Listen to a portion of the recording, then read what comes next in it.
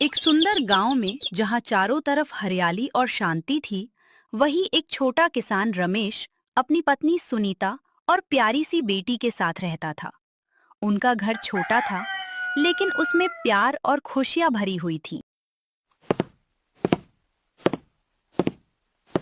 सुनिए जी, उठ जाइए। सूरज सिर पर आ गया है। अरे भाग्यवान, रात को बहुत थक गया था। थोड़ी देर बाद उठ जाऊंगा। रमेश बहुत मेहनती किसान था। वह रोज सुबह जल्दी उठकर खेतों में काम करने जाता था। पिछली रात भी वह देर तक काम करता रहा, इसलिए सुबह उसकी आंख देर से खुली। वहीं उसकी पत्नी सुनीता भी बहुत सुशील और समझदार महिला थी। वह पूरे घर की जिम्मेदारी संभालती थी और घर का सारा काम बड़े प्यार और मेहनत से करती थी। लेकिन एक दिन ऐसा आया, मानो उनकी खुशियों को किसी की नजर लग गई हो। उनकी हंसी खुशी भरी जिंदगी में अचानक एक बड़ी मुसीबत ने दस्तक दे दी। सुनीता, ओ सुनीता, उठो। तुम्हें क्या हो गया? मेरी बात का जवाब दो। जैसे ही रमेश काम करके घर लौटा, उसने देखा कि सुनीता बेहोश पड़ी थी। उसकी आंखें खुली थीं, लेकिन वह कोई जवाब नहीं दे रही थी। पास ही उनकी बेटी घबराई हुई अपनी मां के पैरों के पास बैठी थी। यह देखकर रमेश घबरा गया। अगले ही दिन सुनीता को अस्पताल ले जाया गया, लेकिन वहां कुछ ऐसा हुआ जिसने रमेश और उसकी बेटी गुड़िया की पूरी दुनिया ही उजाड़ दी। मुझे अफसोस है रमेश, आपकी पत्नी सुनीता का हार्ट अटैक के कारण निधन हो गया है। यह सुनते ही रमेश फूट फूट कर रोने लगा। कुछ दिन बीत गए, लेकिन रमेश और गुड़िया अब तक सुनीता को नहीं भूल पाए थे। मां के बिना गुड़िया खुद को बहुत अकेला महसूस करने लगी थी। अब उनका घर सिर्फ एक मकान बनकर रह गया था। सुनीता ने गरीबी में भी उसे खुशियों से भरा था, लेकिन उसके जाने के बाद सब सूना हो गया।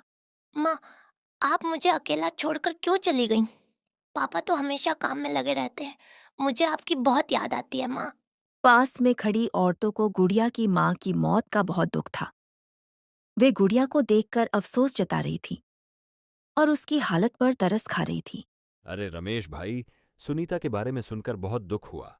अब गुड़िया कैसी है क्या बताऊं यार, वह पूरा दिन अपनी माँ को याद करके रोती रहती है। भाई, बुरा मत मानना, लेकिन तुम दूसरी शादी कर लो। गुड़िया का भी ध्यान रखने वाला कोई होगा और तुम्हारी जिंदगी भी आगे बढ़ पाएगी। ऐसे ही दिन बीतते गए, लेकिन रमेश को दूसरी शादी का ख्याल ठीक नहीं लगा। वहीं छोटी सी गुड़िया घर का सारा काम संभालने लगी। उसे इस हालत में देखकर पड़ोस की औरतों को उस पर बहुत तरस आता था। रमेश भी मजबूरी में गुड़िया के साथ ज्यादा समय नहीं बिता पाता था। घर चलाने के लिए वह दिन भर खेतों में मेहनत करता रहता था। एक दिन शाम को वह गुड़िया के लिए कुछ फल लेकर घर जा रहा था। क्या मुझे दूसरी शादी कर लेनी चाहिए?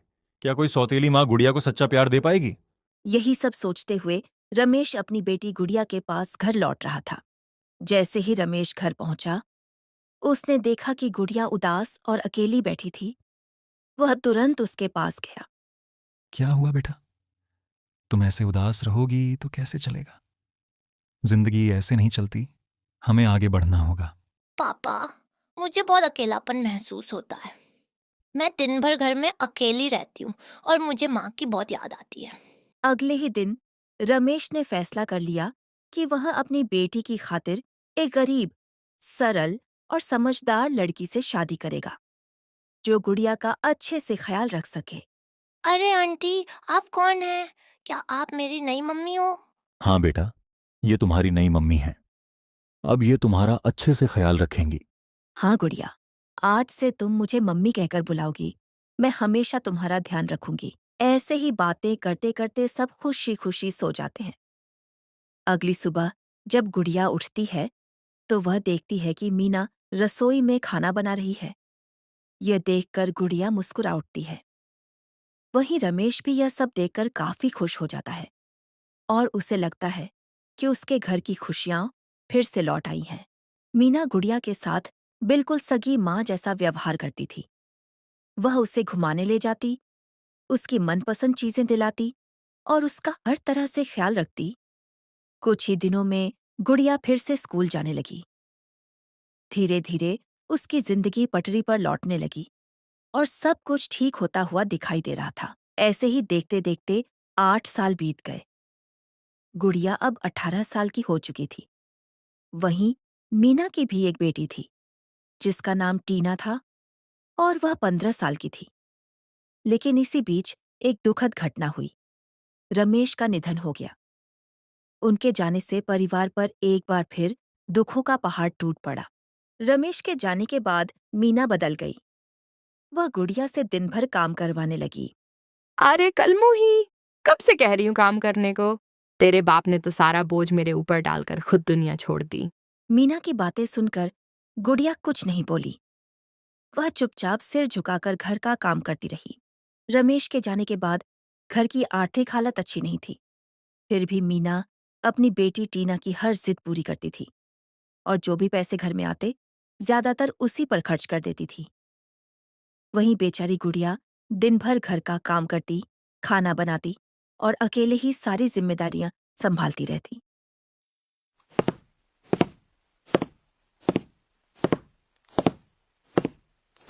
माँ, मुझे पैसे चाहिए। मैं आज अपने दोस्तों के साथ मूवी देखने जा रही हूँ। लेकिन घर की हालत ऐसी नहीं थी कि उसकी हर जिद पूरी हो सके। पैसे न मिलने पर वह गुस्से में घर से बाहर चली गई। टीना को अपनी माँ की बिल्कुल फिक्र नहीं थी। वहीं गुड़िया सौतेली बेटी होकर भी घर का सारा काम करती थी और हर जिम्मेदारी निभाती थी। अगले ही दिन जमींदार उनके घर आ पहुंचा। वह कई महीनों से किराए का इंतजार कर रहा था। सुनो मीना, अगर जल्द किराया नहीं दिया तो मुझे तुम्हें घर से निकालना पड़ेगा। मैं 6 महीने से इंतजार कर रहा हूँ। जरा मुझे थोड़ा और समय दे दीजिए। मैं जल्द ही आपके सारे पैसे चुका दूंगी। जमींदार के जाने के बाद मीना बहुत परेशान रहने लगी। वह अपनी सारी भड़ास गुड़िया पर निकालती थी और छोटी छोटी बातों पर उसे डांटती रहती थी। वहीं टीना को इन सब बातों से कोई फर्क नहीं पड़ता था। वह अपने दोस्तों के साथ घूमती फिरती और मौज मस्ती करती रहती थी। अरे गुड़िया, कब तक मेरे ऊपर बोझ बनकर रहेगी? अगर घर बचाना है तो कुछ काम धंधा कर, वरना हम सब सड़क पर आ जाएंगे। मीना की कड़वी बातें सुनकर गुड़िया चुप हो गई, लेकिन उसने मन ही मन कुछ करने का फैसला कर लिया। अगले ही दिन गुड़िया घर की मदद के लिए खेतों में काम करने लगी। उसे इतनी मेहनत करते देखकर गांव के सरपंच की माँ पास में बैठकर उसे ध्यान से देखने लगी। गुड़िया, बेटा कैसी हो? तुम इतनी मेहनत कर रही हो, थक जाओगी। खेतों का काम तुम्हारे लिए आसान नहीं है। यह सुनकर गुड़िया ने दादी को अपने घर की सारी परेशानी बता दी। क्या बताऊं दादी, घर की हालत भी ठीक नहीं है और माँ का रवैया भी मेरे प्रति बदल गया है। वह हर बात पर मुझे डांटती है, इसलिए मैं घर की मदद के लिए मेहनत कर रही हूँ। अरे बेटा, अगर ऐसी बात है तो क्यों ना तुम मेरे पोते को ट्यूशन पढ़ाने आ जाया करो। तुम पढ़ाई में भी बहुत अच्छी हो, इससे तुम्हारी कुछ कमाई भी हो जाएगी। सच दादी, मैं कल से ही आपके पोते को पढ़ाने आ जाऊंगी। आपका बहुत बहुत शुक्रिया, आपने मेरी इतनी बड़ी मदद की है। जैसे ही गुड़िया घर पहुंची, उसने देखा कि मीना बहुत परेशान बैठी रो रही थी। माँ, आप मत रोइए, मैं कल से ट्यूशन पढ़ाने जा रही हूँ। दादी ने मुझे अपने पोते को पढ़ाने का काम दिया है। मैं खूब मेहनत करूंगी। धीरे धीरे किराए के पैसे भी जुट जाएंगे। आप बस चिंता मत कीजिए, सब ठीक हो जाएगा। गुड़िया की बात सुनकर मीना कुछ नहीं बोली। उसके मन में एक कसक उठी। उसे एहसास होने लगा कि उसकी अपनी बेटी से कहीं ज्यादा समझदार और जिम्मेदार तो गुड़िया है। अगले ही दिन गुड़िया खुशी खुशी दादी के घर की ओर चल पड़ी। उसके मन में एक नई उम्मीद जाग चुकी थी। उसे लग रहा था कि शायद अब उसके घर के बुरे दिन धीरे धीरे खत्म होने वाले हैं। गुड़िया पूरे मन और लगन से ट्यूशन पढ़ा रही थी। वह बच्चे को बड़ी आसानी से हर बात समझाती और उसकी पढ़ाई में पूरी मदद करती। उसे इस तरह मेहनत करते देख दादी चुपचाप बैठी मुस्कुरा रही थी। ट्यूशन खत्म होने के बाद जब गुड़िया घर जाने लगी तो दादी ने उसे एक बैग दिया। उसमें कुछ पैसे और गुड़िया के लिए कुछ जरूरी चीजें थीं। गुड़िया की मेहनत और लगन देखकर दादी बहुत खुश थी। बैग हाथ में लिए गुड़िया खुशी खुशी घर की ओर जा रही थी। आज उसके चेहरे पर एक अलग ही मुस्कान थी। क्योंकि वह अपनी माँ को यह सब दिखाकर उन्हें खुश करना चाहती थी। उसे उम्मीद थी कि अब उनके घर की परेशानियां धीरे धीरे कम होने लगेंगी। गुड़िया, मुझे माफ कर दो बेटा। मैंने तुम्हारे साथ बहुत बुरा व्यवहार किया, तुम्हें हर बात पर डांटा और तुम्हारा दिल दुखाया। फिर भी तुमने कभी मेरा साथ नहीं छोड़ा। मीना की बातें सुनकर गुड़िया बहुत खुश हो गई। उसके दिल का सारा दर्द मानो एक पल में दूर हो गया। उस दिन के बाद उनके बीच की सारी गलतफहमियां खत्म हो गईं और घर में फिर से प्यार, खुशी और अपनापन लौट आया। कुछ सालों बाद गुड़िया ने अपनी मेहनत से गांव में एक छोटा सा स्कूल खोला। वहां वह बच्चों को पढ़ाती थी और उन्हें अच्छा इंसान बनने की सीख भी देती थी। देखते ही देखते उसका स्कूल पूरे गांव में मशहूर हो गया। अब लोग गुड़िया को इज्जत और प्यार से देखने लगे थे।